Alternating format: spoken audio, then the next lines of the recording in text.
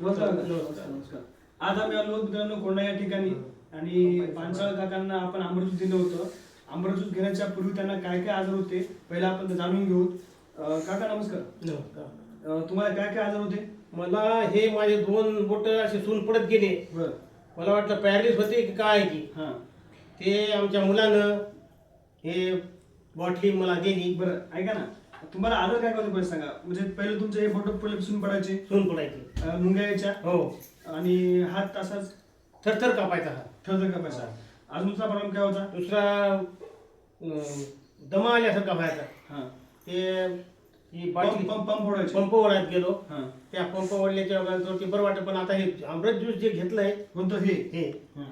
अमृत juice घेतलंय हे आमच्या मुलांना आणून दिलं तेव्हापासून मला ते दोन्ही आजार माझे कमी झाले. बरं. अजून तुम्हाला काय आजार होता दुसरा? दुसरा हातपाय थरथर कापत गेले. बरं. ते सुद्धा राहिले. दमा दमा होता. दमा सुद्धा राहिला. बरं. हो. बरं याच्या अगोदर तुम्ही कुठं कुठं दाखवलं दवाखान्यामध्ये? 10 वर्षापासून गण दवाखान्यात जावा यावा. बरं. हे काय पण असं काही त्याचा फरक पण नाही गेला. पण हे आमच्या मुलांना अमृत ज्यूस नावाची ही बाटली आणून दिली. बरं. तेव्हापासून मला हे तिन्ही माझे आजार कमी झाले. कमी झाले. बरं. या बॉटलबद्दल तुम्ही काय बोलू शकता? लोकांना काय सांगू शकता की बॉटल खरंच म्हणजे आहे रिझल्ट तिचा? तिचा रिझल्ट आहे. मी प्रत्येक माणसाला सांगतो की बा या बाटलीचा रिझल्ट आहे आणि तुम्ही घ्या. ही बाटली घेतल्याने तुम्हाला कोणताही प्रकारचा रोग असो ते रोग तुमचा राहू शकतो. येस 100%. थँक्यू.